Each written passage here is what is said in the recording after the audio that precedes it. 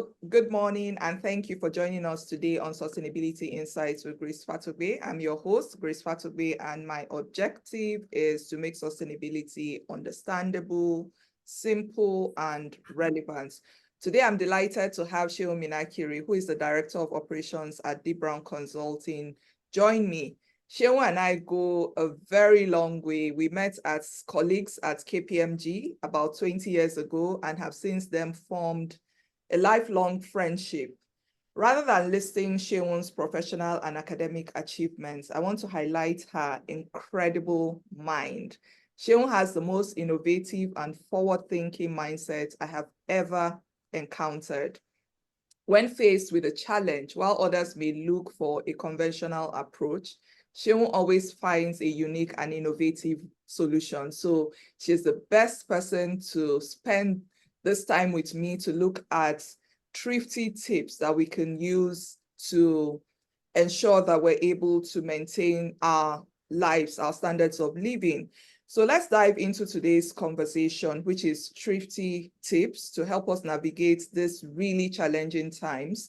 As we're all aware, the National Bureau of Statistics issued our March inflation rate, all items, year-on-year change. That is the change between March this year and March last year, and it was at 33.2%, the highest I think Nigeria has ever had. And so we can understand that things are definitely challenging for everyone.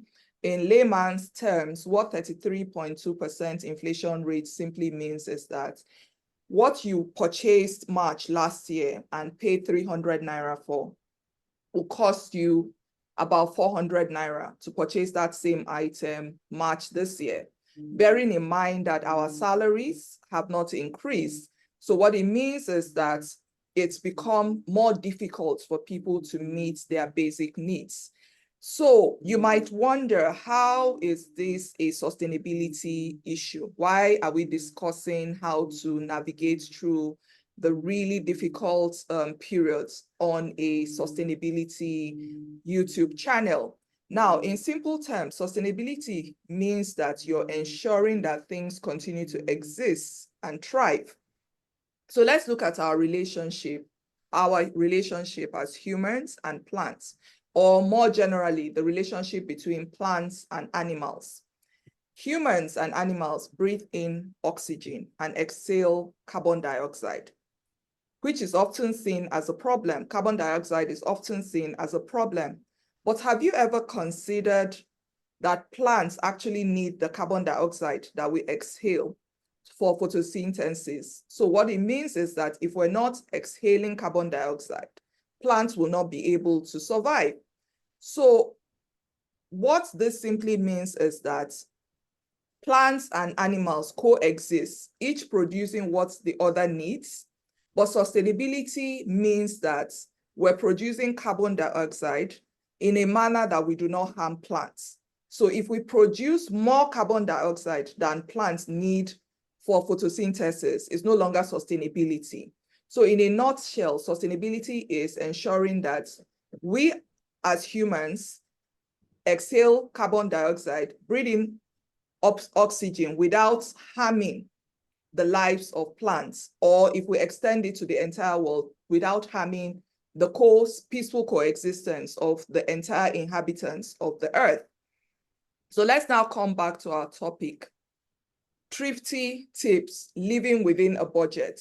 How does this align with sustainability? So let's take a look at one of the Sustainable Development Goals, SDG 1, no poverty. And let's look at another one, SDG 12, ensuring responsible consumption and production patterns. So I think you can clearly see a relationship between thrifty tips and no poverty. But let me try and extend it to SDG 12, which is responsible consumption and production. What SDG 12 is hoping to achieve is to ensure that there's a good use of resources. There's improvements in energy efficiency, there's sustainable infrastructure, there's provision of basic services, creating green and decent jobs, and ensuring a better quality of life for all. Out of all these objectives of SDG 12, I'd want to focus on ensuring good use of resources and a better quality of life for all. So times are difficult. What better time to ensure that you make good use of your resources so that you're able to ensure that you have a better quality of life? So let's now dive into our topic.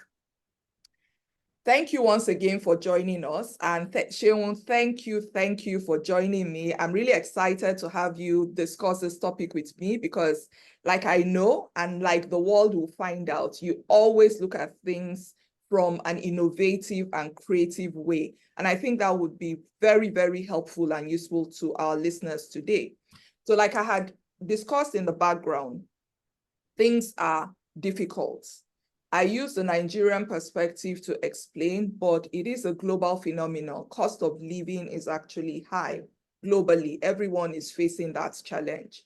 How do you think we can incorporate things that would ensure that we cushion the effect of how expensive things are? Okay, first of all, good day, everyone. Good morning, good afternoon, good evening, depending on where you're joining from. And thanks a lot, Grace, for this opportunity. And thanks for the compliments. Thanks for the wonderful words. I guess I found a new way to describe myself. Thanks for that.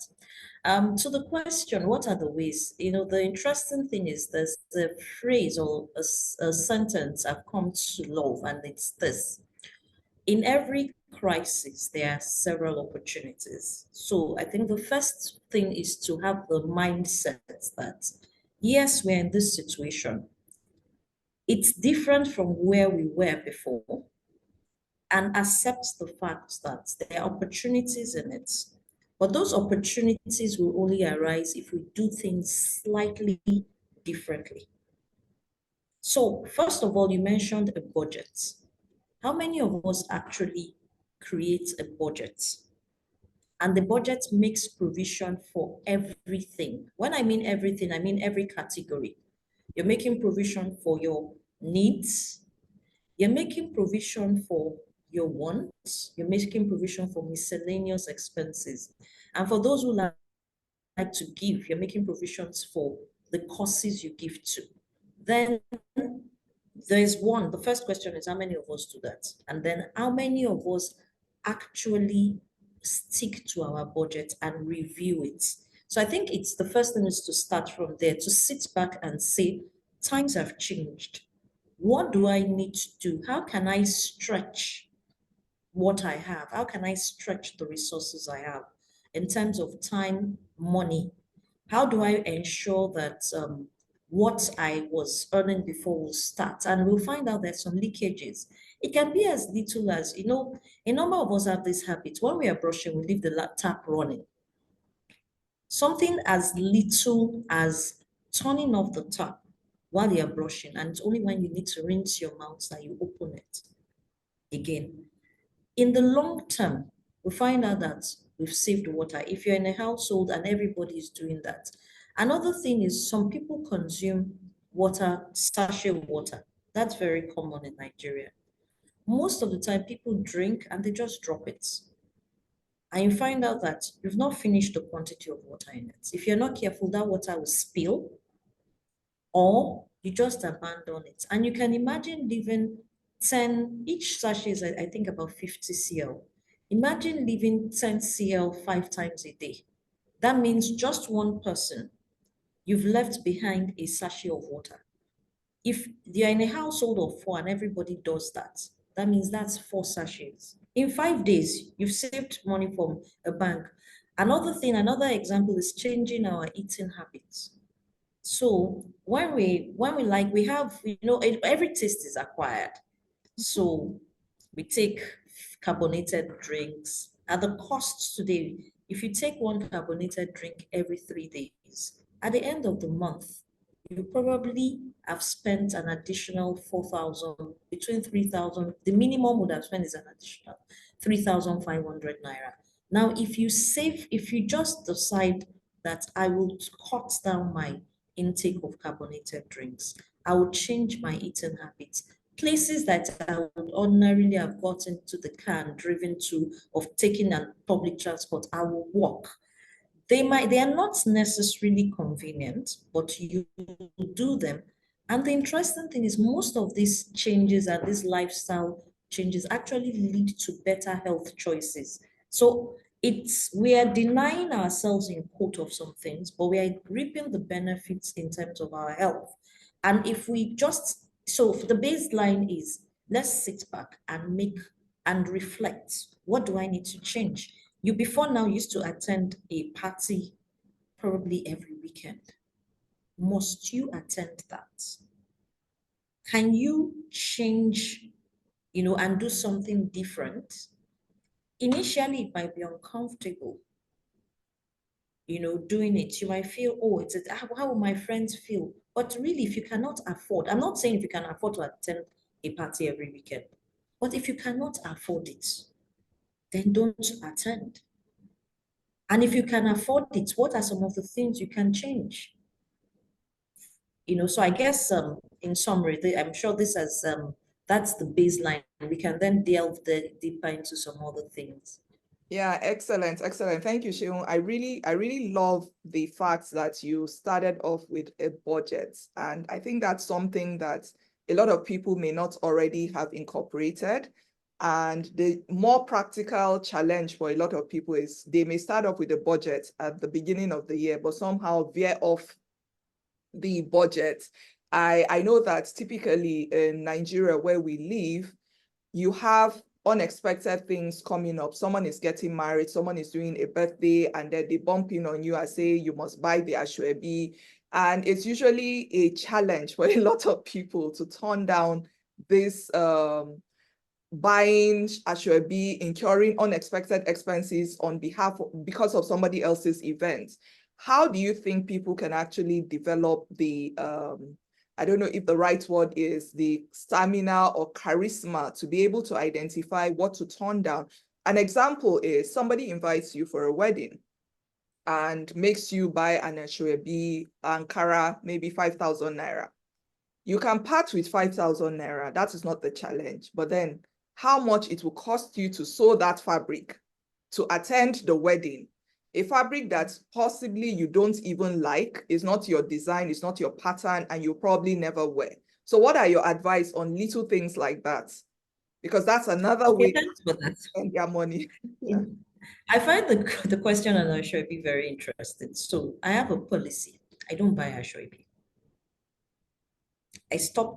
I made that decision over 10 or 12 years ago. And that was because I had an experience where an Asoebi, paid for an Asoebi.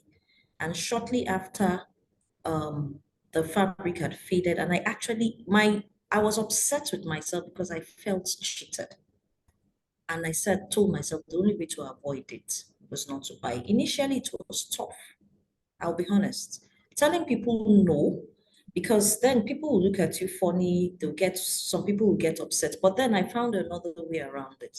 I made sure that everyone that came to me to ask me to buy an asoebi, I gave them a gift. So that's amount I would have spent buying the asoebi and probably sewing it. I'll give it to them. And I don't, so after a while, what I do is once I learn about your event, before you even bring the asoebi to me, I've given you a gift. If I can buy you a gift, I'll buy you. If not, I'll send money to you well ahead of time. Such that by the time you bring the asoebi to me and I say no, Yeah. I guess I'm also thinking it might be a bit difficult for you. And another reason why I did that was after a while I said, if I don't come up with my own position, if I say no to Mr. A and I say yes to Mr. B, Mr. A might feel bad. So that's what I do now. And I've come to a place where it's about what are your colors? If I have the colors in my wardrobe, I'll wear it. If I don't have the colors, I wear what else I deem fit for the occasion. I actually had an interesting experience. There was an asoebi. It wasn't made, of course, they knew I wasn't going to buy their Ashwebi. When I got to the wedding, someone actually looked at me and said, "You're actually the one that wore all the couple's colors." That was interesting because I just wore a dress and my dress had all the colors. So she looked at me and said, "You're actually the one who actually suits, whose outfit suits." And I was like, "Oh, it's just a coincidence." So it's tough for a lot of people, but it's a place we have to get to learn to say no. If you like Ashwebi, I'm not going to ask you to stop buying. I'll just say be more, um, make that judgment, make that decision, thinking through better, considering a lot more things. Do you have a similar color in your wardrobe? If you already have the color, why don't you simply say, "Oh, sorry, I won't buy your Ashwebi at this time." You give the person some of whatever you can afford as a gift, you give it, and you wear what you have in your wardrobe. If you now see something that you like, you buy it. Another consideration I take when people present me with Ashwebi is also to think of, is it a fabric? Where am I going to wear this to afterwards? Is it a fabric I can wear to multiple places? If I can wear it to multiple places, so whenever I see people, the thoughts that run through my mind, there's the costs. Have they considered the options? Have they considered where they can wear it to and things like that? So that's my own hack for Ashwebi, and it has helped me over the years. Oh, So thank you. Thank you, Seun. What amazing insight. Thank you, Maria, for joining us.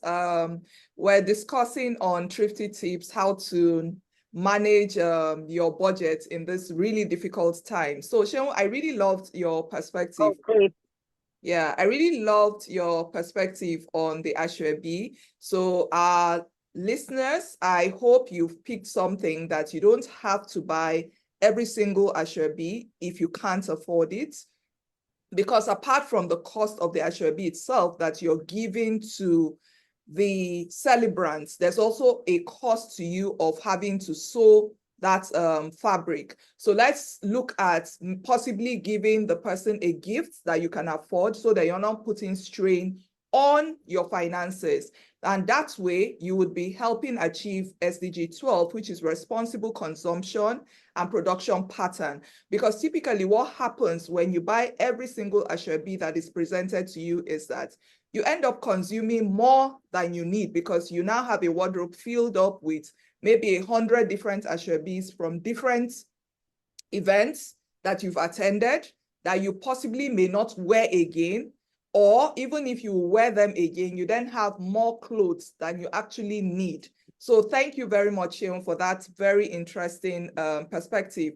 When you were discussing the changes that we could make that will help us navigate this really difficult period, you mentioned a change in our consumption pattern. I really love that because you said our dietary habits is acquired. So what specific changes do you think people can make in their diets that will help their money go a longer way?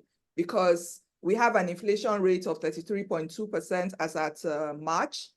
And even though for us that go to the market, the practical reality looks like we're paying more than 100% more for things. So how do we change our consumption pattern? What examples can you give our audience that they can now practicalize?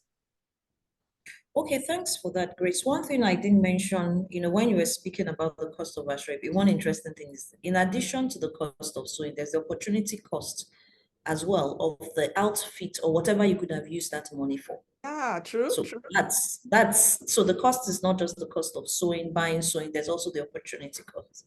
So back to your questions, what are the things? So first of all, a number of us have acquired taste for what I'll call some exotic items. So you want to fry an egg, you want to include sausage, sardine. It makes it taste better, but is it really adding value? Is it healthier? Mm. So sausages are processed. Sausage, sardine, they're processed food. And we know that processed foods are not really healthy. So the first thing is, can we cut down on our processed food? It's going to be a bit difficult. And what you can do is withdraw gradually. So if we cut down on a lot of processed food meals, we'll find out that we will actually save more. Then the other thing is to look for alternatives to some of the things we already have. And those alternatives might not necessarily come in the form you want. One thing that a lot of Nigerians like to eat is momo. So I'm going to use that. I'm sure in different parts of the country. Now, the interesting thing is there's a very dried, the version that is dried, very dried, and there's the version that is a bit fresh. The interesting thing is the dried pomo is cheaper. You preserve it and it lasts longer. And all you need to do is, when you need it, you just put it in water, probably overnight. So you are still eating the same thing you like, but you are eating it, you've bought it in a different form, and then you can actually get it and it lasts longer. So those are some of the alternatives I would prefer. So also salad, at the beginning of this year, I decided I think I shared that with you, where I saw a statement that said, if it didn't exist 100 years ago, Yes, you did. You did. don't consume it. And I love salads. And before then, if you ask me to make salad, I want to have, a number of things in it. But at the beginning of the year, I just wanted to eat more of clean things. And I realized that after a while, if I got my tomatoes, onions, pepper, and carrots, I was fine. I actually got to the point where I enjoyed it. And I realized that I was still eating salad, because for me, I consider it was just a salad is a mix of vegetables, if it's a vegetable salad. I was eating that without having to spend what I would have spent buying everything else. And the interesting thing with that is because I could make just the portion I needed per time. Unlike before, where I'll need to make a very large bowl, because the number of things I have in my salad, the ingredients in my salad is a lot, the bowl will have to be more. And then after a while, I'm trying to make sure, the shelf life is shorter. This one I could choose, I was just making the portion for each day. And I realized that I got the same thing I wanted, it was salad. I got it. After a while, I got used to the taste and I saved money. So it's those very little things here and there, and for each person, it will vary, but it requires some thoughts. And at times, it also might require us looking at some options. So you shop, but you don't shop in one place. You understand what is cheaper in market A and market B versus market C. Yeah. And then you do that. You want to take fruits. What is important, yes, you have a taste, but what is the source? What's the major vitamin or value in the fruits? A few days ago, I wanted to buy pineapple. And when I heard the price, I said, oh, to be for the same amount I was paying for the pineapple, I'll get more mangoes. So I said, no, I'm not buying pineapples. I'll rather buy mangoes instead. Because the mangoes will last longer. I won't have to consume everything at once. And I'll still get to eat at least one fruit every day. So it's just those very subtle changes, and it cuts across every aspect of our life, really. Every aspect, not just food. Yeah. Wow, Seun. I learned so much listening to you. Interestingly, Maria makes candles and diffusers. She's my go-to person for candles and diffusers. Hello, Maria. Yeah. Hi, Seun. Hi. Yeah. Good morning. Yeah, thank you so much, Maria. And Maria and I went to Queen's College, but she's my junior. She's Rosie's classmate. Yeah. Okay. So yeah, when you mentioned about looking for cheaper alternatives, I brought the fact that Maria makes candles and diffusers because with Maria, I can recycle my candle containers and my diffuser bottles. Yes, she actually even prefers for you to bring back your empty bottles and it's cheaper. So there are little things that people can do that they are not aware of. In fact, how did I stumble upon the fact that you could actually recycle the candle bottles? I typically go to Maria's shop to buy the candles, and then I saw her with older bottles that she was cleaning up. And I was like, what are you doing? She said, oh, this is my customer. In fact, why I noticed was because the bottles was for, is it called Bath and Body and Bath? I can't remember the name. So it wasn't, yeah. Maria, what's the name of the? Bath and Body Works. Bath and Body Works. That was why I knew it wasn't a new bottle because it was Bath and Body Works. And I was like, Maria, what are you doing? She was like, oh, my customer brought it and I'm refilling it. I was like, do you refill? She said, oh, sure. That she actually prefers it and it's cheaper for her customer. So you can see that there are little things that you can do to save money, but sometimes we're not even aware. And I love the fact that Maria actually advertises it for the fact that it's cheaper for the customer. A producer will most likely not even inform you because they would want you to spend more money, but she actually pushes that message that please bring back your empty candle bottle. So Maria, thank you so much for pushing out that message and saving people money. Yes, thank you. you, Maria, for that. Yeah. Yes, queen of sustainability. Yes. And then, Seun, I love the fact that you were talking about our consumption patterns, that it's learned. I love the ideas you mentioned, and I'm really excited that you use that example of pomo, that the dry pomo is actually cheaper. And that would take me to my next question, because one of the challenges people have is that when they purchase food, it gets bad quickly and they have to throw it away. So that's wastage. And when you buy in smaller quantities, it's more expensive. So what are the traditional preservation methods that our forefathers, our ancestors used to preserve things? Because if you buy things in bulk, it's usually cheaper. But the challenge is when you buy a lot, how do you preserve it? So taking examples of our basic food items, one thing we use commonly in the north, I'm a northerner, we must have tomatoes in almost everything. We must have vegetables in almost everything. How do we preserve it? Bearing in mind that electricity is expensive and it's not even available 24/7. Okay, thanks for that. I think one way we've mentioned one, drying is one of the ways I know we've always preserved. Of course, we have to be conscious of making sure that the food is still safe and healthy. So you're drying food. You want to prevent germs. You also want to make sure that while you're doing that, the food is probably covered.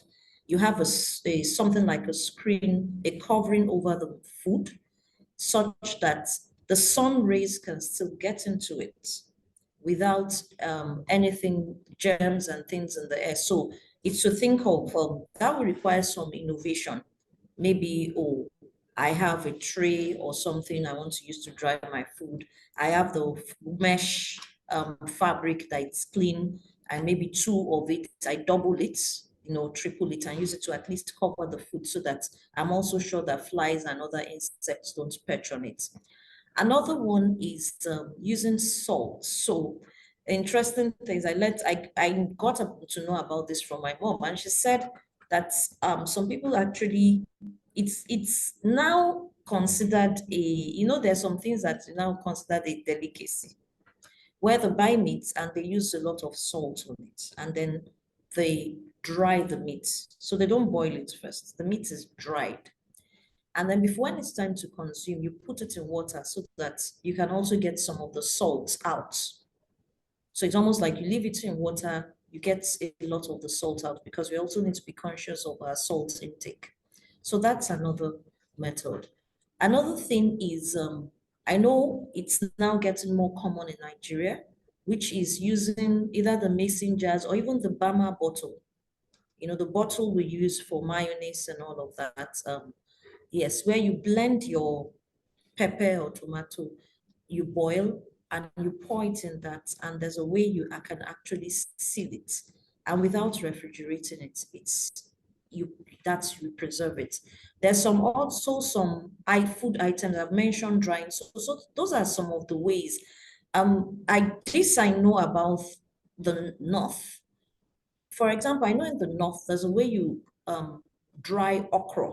Yes, yes.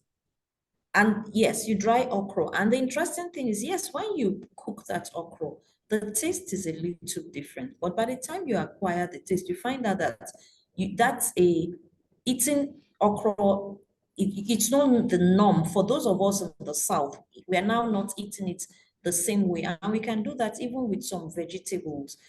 I think the people that will teach us a lot of that is people that export food to the Western countries. So you have a lot of Nigerians now, either because you have so many people there, when they're traveling, they export. So you'll be shocked that, they've sliced the vegetable, there's a way they dry it, and you can still use it. And little things like that, we might not be able to do it with everything, but that will help. But one key thing also to balance the quantity we actually need. Because yes, you want to save money buying a lot, but in the long term, when that food goes bad, you actually lose it.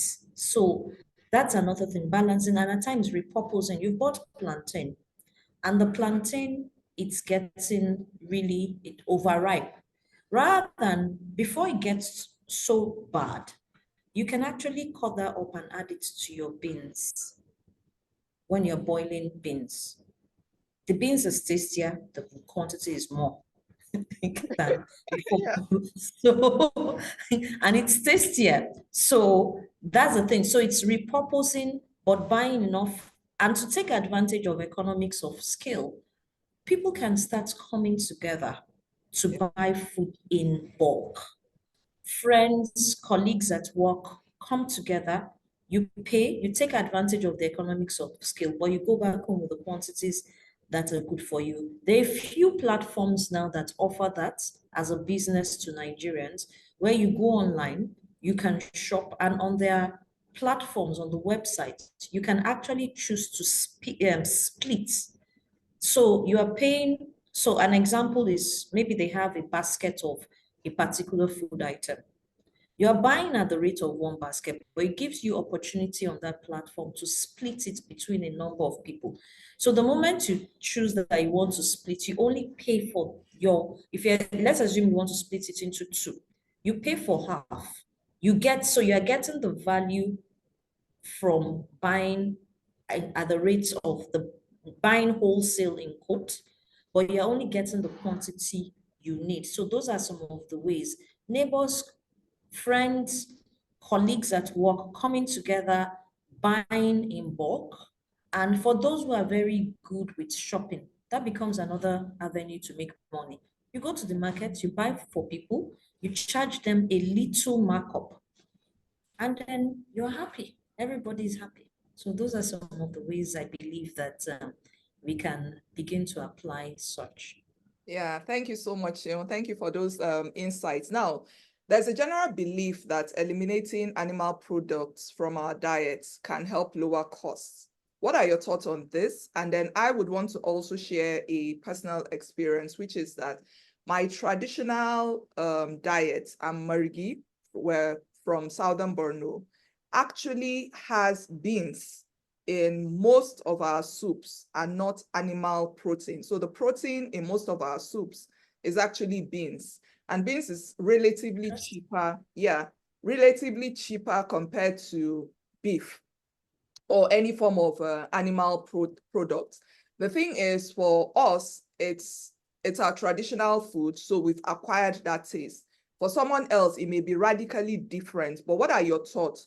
Should we consider changing our diets in such a manner that we're able to achieve lower costs at a period where things are more expensive. And there's also another school of thought that actually says that the animal protein is actually harmful. The quantity that we're eating is actually harmful. So in addition to achieving lower costs, you're also pursuing a healthier life by reducing the animal products in your meal. So what are your thoughts on, on people So this is eliminating? what I was saying. Okay. I've heard that recently. I was at an event celebrating International Women's Day, and the medical doctor who spoke actually advised that we take animal protein just once a week, and everybody, exclaimed, like, "Wow!" Wow. The thing about taste is it's acquired, and that's the truth. If we start taking something every day, after a period of time, you find out that you'll, regardless of how the taste was initially, you get to start, you tell yourself it's not as bad as before, and you actually get used to it. So I won't really say, I've not done extensive research on plant-based product, but if I think about it logically, as you said, beans is cheaper. A number of the sources of protein, plant-based protein, are cheaper. So that means that if we switch to those, we will actually save money. It will be healthier. Now, the challenge is that radical shift might be tough and might not even be sustainable in the long run for people.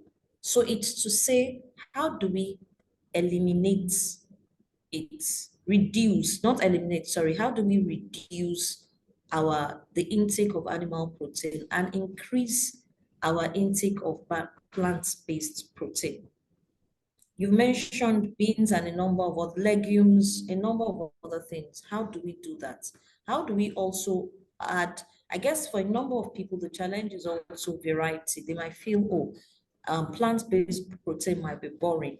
So how do we need to do a little more research, ask questions, when we meet people, actually take interest. Nigeria is very diverse, and we'll be amazed at the number of, if we collect all the food, meals that are peculiar to people groups in Nigeria, we'll be amazed at the options we have. So someone meeting Grace and asking you, what's one meal that's unique to where you are? And then you tell the person, and we get adventurous enough and we prepare it. That means that we've learned a new way to eat plant-based protein without the typical and the regular way we are used to. We can also, when we are taking those things, just to make them, just to improve the taste, we can use even some of our local spices. Just look for locust beans, for example. I didn't say in beans pottage, but the Yorubas have a beans-based soup. It's called begiri. Grace, I'm sure by now you would have heard of that. Yes. If you add, it can be very bland at times, but if you add locust beans to it, it enriches the taste. So those are some of the ways, and believe gradually we can get to that point. It requires a mindset shift. It requires some adjustments, but I believe in the long run, we can all get to that point where we achieve a healthy balance. And for those that want to switch completely, then they would have moved to plant-based protein or plant-based meals, and that would be healthier. Yeah, thanks so much, Seun, for that insight. So now Nigeria is a country that we place a lot of emphasis on certifications. And we have people with multiple certifications that come with paying subscriptions, some in foreign currency. So that will be a strain on people's finances at a time like this. Take, for instance, someone who did a foreign certification that needs to pay £100. And at the time when he or she did that certification, maybe the exchange rate was 250 naira to a pound. I don't know what the exact exchange rate to a pound is right now, but we can all imagine that it's astronomical. And the person has maybe 2, 3, 4 different certifications. How do you suggest that these individuals are just, as in, find a way to reduce their costs? Are there alternatives to acquiring knowledge or maintaining professional development without incurring significant costs? Okay, so with respect to, I'll start with the last question. Are there alternatives? Yes, there are. There are some free courses online. There are some platforms that actually allow you to learn, to take the course without, if you choose to take the course without the certificate, it's free. So this week I was speaking to a colleague and he said, oh, he mentioned a particular platform and said it takes a lot of courses there. He's interested in the knowledge, not the certificate. So he has never paid. It requires more discipline, because for some of them, the time frame when the course is free is shorter. So those are things we can begin to consider and actually also look out for times when there are promotions, where there are heavy discounts and find patterns, and on some platforms so that you can buy maybe a course you've always wanted to buy and you need to pay for. This time you want the certificate to validate your learning. You're looking out for when there's a promotion on that platform. So that's one. With the option of for professional bodies where you need to keep renewing your certification, I think this is the point where groups in Nigeria, professional groups in Nigeria, also need to say, what can we do? How do we liaise with some of these professional bodies to say, are there options for people from mid or low income countries? Those are things we need to begin to consider, and we're making a case for that. That's one. The other thing is something that people can apply in the future, which is begin to set aside an amount monthly for that renewal. So what a lot of us will probably wait to do is, you believe, oh, at this time, this certification, I need to renew it January 2025. At that time, I'll pay for it. I have the money. But at that time, you're surprised at what the exchange rate is. So can you set aside a sum each month for that? And if you can, convert that sum to the currency of the currency for that, such that you're doing that. It's futuristic.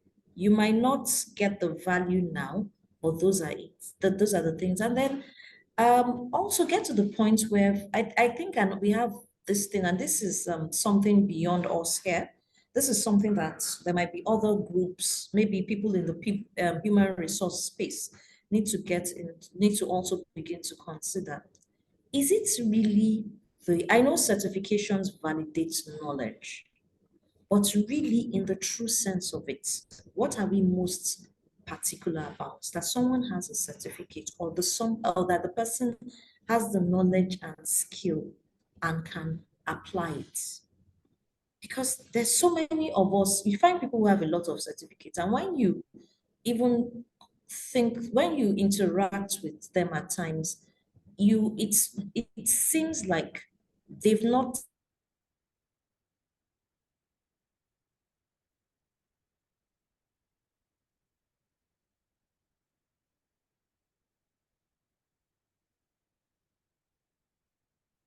actually that demand for this. I'm not saying that we should stop demanding for certifications, but if we can also let people know that what is important is not the reason why we're demanding this certification is because we want you to apply the knowledge. Then people might not actually acquire as many as they would ordinarily acquire before. They would just acquire those that they really need and then seek for others that they don't really need the certificate or the certification, then they just get the knowledge and they apply it to work. But Wow. it's that might help. I hope it helps. Yeah, wow. I really love your suggestion about the organization, some groups coming together and looking for some sort of maybe concession based on the fact that we're a lower income country. I think that's an exciting way to go. Another thought that came to my mind while you were speaking was that could our local professional bodies do some sort of affiliation? For instance, one of the profession I belong to, ICANN, Institute of Chartered Accountants of Nigeria. A lot of Nigerians have opted to do ACCA, which is a UK-based certification for chartered accountants, and they pay their subscription in pounds. Can ICANN, a body like ICANN, do some sort of affiliation in such a way that the ACCA subscription is paid to ICANN in Naira, not the same value, because obviously if you convert the pounds to Naira, it will be a huge amount. The amount I pay for my ICANN subscription is maybe 1/5 of what an ACCA member will be paying by the time you convert their pound subscription to Naira. So maybe we could look at our professional bodies having some sort of affiliation with the international bodies where the Nigerians sit for the foreign exams, but then their subscription is paid to a Nigerian body. Because one thing I know for certain is that when you've done ACCA, you can actually be inducted as a member of ICANN. And ACCA will see that subscription paid to ICANN as that you have renewed your subscription on the basis that we're coming from a low income country. So I think that also would help. And another thing I loved is the fact that the HR profession, I love that your perspective, that they need to begin to rethink, because I think Nigeria is the only country that actually places so much emphasis on certification. You would find one person, because I am in the space where I do webinars, you find one person that has come to present and he has like 10 or 11 different certification professional bodies he belongs to. And I'm wondering, do you really need all of this to be able to impact knowledge? And it's because we know that those certifications are what the HR practitioners in Nigeria appreciate. So we keep going for them. In fact, I'm bombarded on a daily basis with some professional body or the other trying to give me free membership. And I'm wondering, what do I need all of this for? Are they really going to add any value to me? So I really like that, that radical thinking among our HR professional, and the emphasis on certificates and emphasizing more on the skills and knowledge and ability to apply it. Thank you so much. Nigeria is very, very hot right now. Abuja is very, very hot. What can we do? This might not apply to an existing building, but what can we do in our construction industry to make sure that our houses are not as hot as they are and we don't really require as much energy to cool them? What are the traditional building techniques that you can recommend that we can use for new buildings? Or are there things we can use for our existing buildings to ensure that when there's no electricity, at least we're not uncomfortable staying indoors? Grace, you're asking me about building. I'm not in the building space. I know. But I know that, as you said, some things might not apply to old buildings. For new buildings, one interesting thing is this: I just noticed the windows of new buildings are very cute, pretty, but are they practical for the country and the environment we live in? That's a question. Most of them are small, they're pretty, but they're not large enough to aid cross ventilation. So that's one way. And I believe that there are industry standards for what the size of a window should be relative to some other things. Maria has a hand up. Okay, Maria, please go ahead.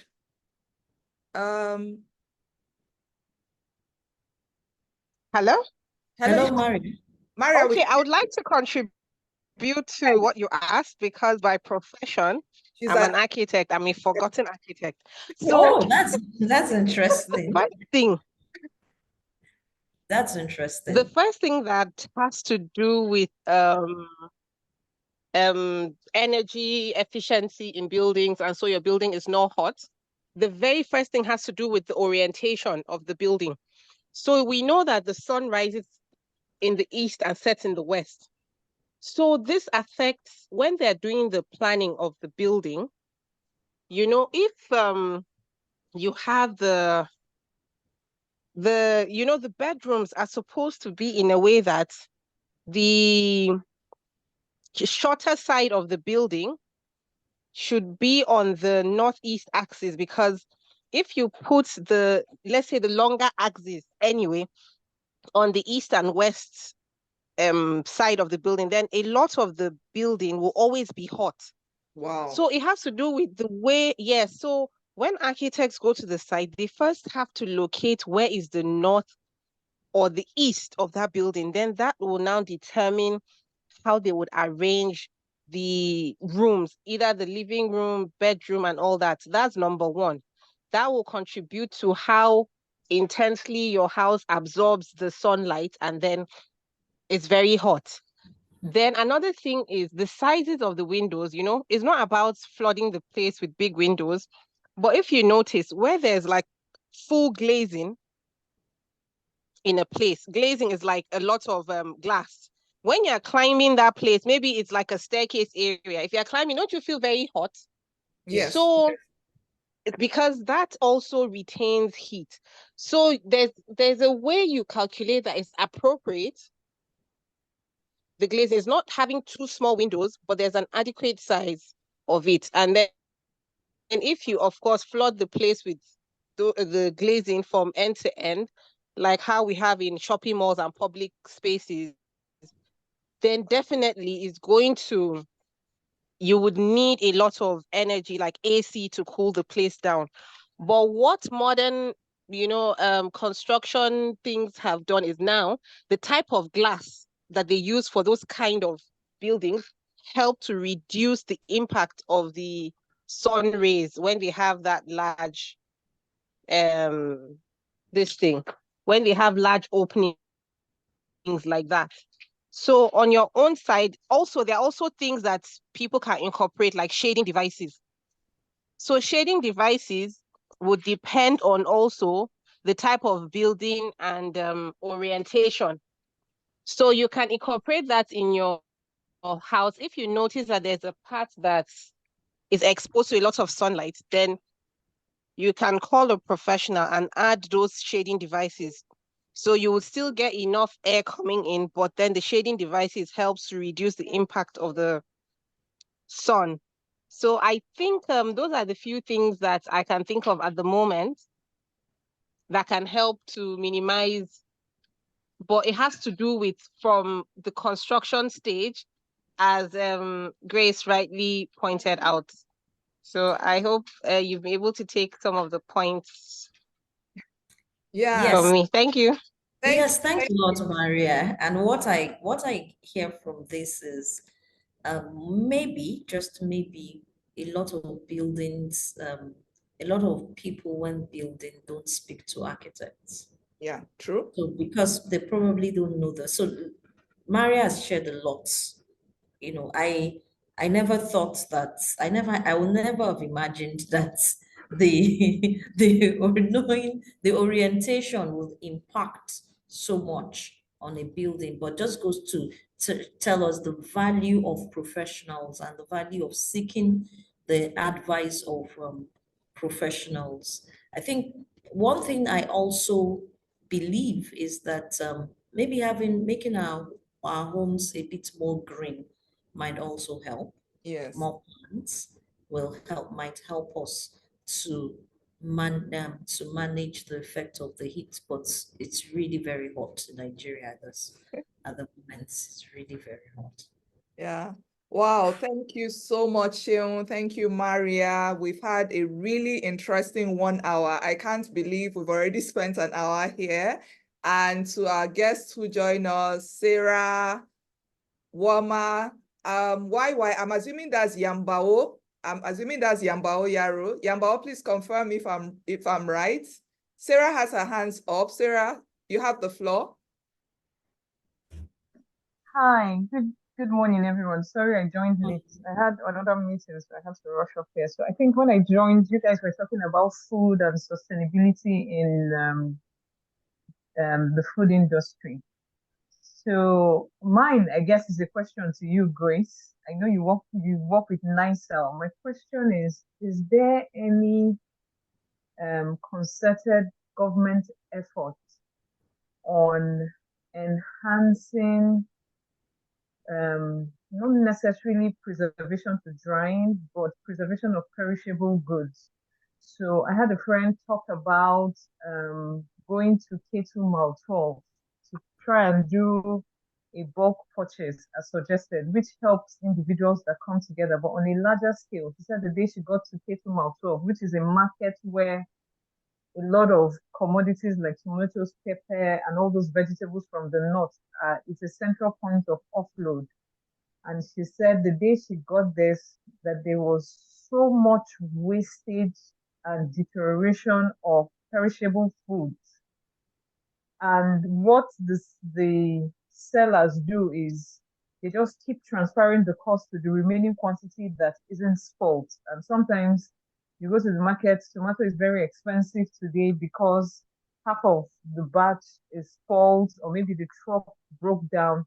Logistics for the food industry. I know a lot of people up north, even I can testify, when I travel to Abuja, the way people eat broccoli as if it's grown in your backyard. You can't try it in Lagos, but one small head of broccoli, they'll tell you is in thousands, you know. So, but is there any serious consecutive governmental efforts to help bridge the gap in making sure that food logistics for things which are perishable? I know the weather also adds to it, but sometimes when you travel abroad, their own vegetables are so fresh, they're so good. But here, if you buy a basket of tomatoes from Jos, if it doesn't come the very next day, for any reason, anything happens, and maybe the car gets stopped or it gets broken down, by the time it comes to Lagos, half or more than half of it is gone. So warehousing, helping aid that space of logistics and making sure that even though food is being produced in like Benue and all those places, there's something to help in that logistics space that helps us preserve perishable goods such that they are easily and readily distributed. In fact, shortly before the recent Salah holiday, a cow was selling for 1 million in Lagos. You know, so even with the little individual efforts of coming together as friends and buying in bulk, you still find that once those logistical issues are not really addressed, even with your coming together, yes, it will be better than buying individually, but as a whole, I feel like the main grassroots or root causes are maybe lack of proper logistics, lack of governmental pursuit of funding in that sector to make sure that as food is being produced in one part of Nigeria, it's easily distributed across the country so that everybody is getting that same benefit. That's my question. Yeah, thank you. Thank you so much, Sarah. Interestingly, I actually have a video that addresses food wastage in Nigeria. It's on my YouTube channel, but I'll try and summarize most of the things I discussed in that video here. So to answer your question, is there a government concerted effort to address food waste? There are pockets of effort, but not an integrated approach by government, various different approaches. At one time, one of the issues, apart from the bad roads, one of the issues that was leading to food waste was the fact that there was multiple taxation. If a lorry leaves Borno with beans, for instance, before it gets to Lagos, it would have probably spent a significant amount settling all sorts of people between the journey from the journey in Borno and getting all the way to Lagos. And that additional cost is added to the cost of the food. And one government effort, which NISA was also a part of, was to try and create like an integrated corridor for movement of food, both animal and plants, such a way that when you take off from Borno, you pay just one amount. And from when you leave Maiduguri till you get to mile 12 in Lagos, you're not paying any amount. And that amount that you will pay in Borno is a small amount that will now be shared amongst all the governments, the government authorities you will pass through. Because what was happening is they were collecting money, but it was not getting to government. So the people collecting the money were not necessarily giving the money to government, and they were inflating it. There was no control. To the best of my knowledge, that integrated food corridor never took off. So that was one of the approach government was trying to address. There were various other efforts, but I can tell you that private sector individuals are playing in that space. There is a company which provides cooling in markets. So what it does is that at the end of the day, the farmers, the traders can store their food in the cooling hub in such a way that it will extend the lifespan of that produce. Now, the challenge is that although that business is in several markets, it is not everywhere in Nigeria. It's not in every single market. And you are right, food waste is a huge problem in Nigeria. In fact, the World Food Programme states that 3.5 billion naira is lost annually to food waste. If the amount of food that is wasted in Nigeria is not allowed to go to waste, it will reduce the prices of food items, and then nobody will go hungry. Because why some people cannot afford the food is because of how expensive it is. So to answer your question, right now, there's no integrated approach by government to address that issue of food waste. Maybe those of us that are here can form some sort of advocacy and push this message out. In fact, that was why I did a video on food waste, highlighting the impact of food waste and what we can do as individuals. I also, in that my video, called on the markets to find a way, instead of waiting for someone to come and set up a cooling hub for them, is there a way they can come together and set up their own cooling hub so that the food lasts longer? The issue of logistics, another challenge is the bad roads does not allow the food leave where they're living and coming and arriving in good state. I know Lagos State was also trying to address that issue of food waste by insisting that vegetables coming into Lagos must be in crates. Because another thing is the way they were packaged previously. You see the typical tomato, they are just thrown into a basket and they keep heaping them on each other. And then that weight also deteriorates the ones that are kept at the lower end. So at some point, Lagos was insisting that any vegetable that was coming into Lagos must be in crates. And I think during that period, it helped reduce the waste that was coming from fruits and vegetables. Now, have they continued with that direction? I can't say because I'm not based in Lagos, but at the point when they started that initiative, NISA was also a part of that discussion. Another takeaway from me is I would go back and see how we can engage the government and see what can they do. But I think another perspective is that while the government can address the issue of the bad road network to help with a seamless distribution, maybe the private sector needs to invest in the distribution of food in Nigeria. In other countries, you don't move food in the kind of vehicles we move them in Nigeria. Most food is actually moved in cooling vans to extend their shelf life. In Nigeria, the same car that you use to carry humans is the same car you use to carry the food we consume. You use any type of mode to transport food. But for private sector to bring in their capital, they must see that there is a business case for it. So maybe we would continue to advocate, bring up this issue, because some people are not even aware that there's an opportunity in this space to address food wastage. And then when the food eventually gets wasted due to reasons beyond control, maybe instead of just throwing it away, because the traders are now adding the cost on the good food because all they do with that other wasted food is to throw it away. Maybe if they know that they can convert it into organic fertilizer and sell, then they know that there's an alternative income that is coming from that spoiled food. So they will not heap the costs on the food that is still good. So maybe we need to educate our traders, our people in the market, to tell them that, you know what, although this tomato, this spinach is spoiled right now, you can still earn money from it by converting it to organic fertilizer. So you make a compost of it and then you sell it as organic fertilizer.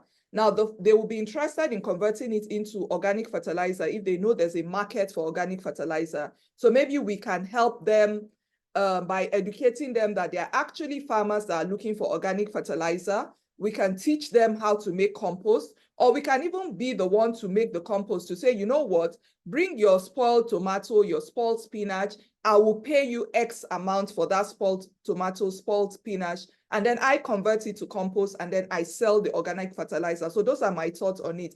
Thank you so much, Sarah, for bringing that, because that's actually a major issue. And it's one of the reasons why people are going hungry. And for us to address the SDG that is on zero hunger, we need to address this issue of food waste. Thank you so much.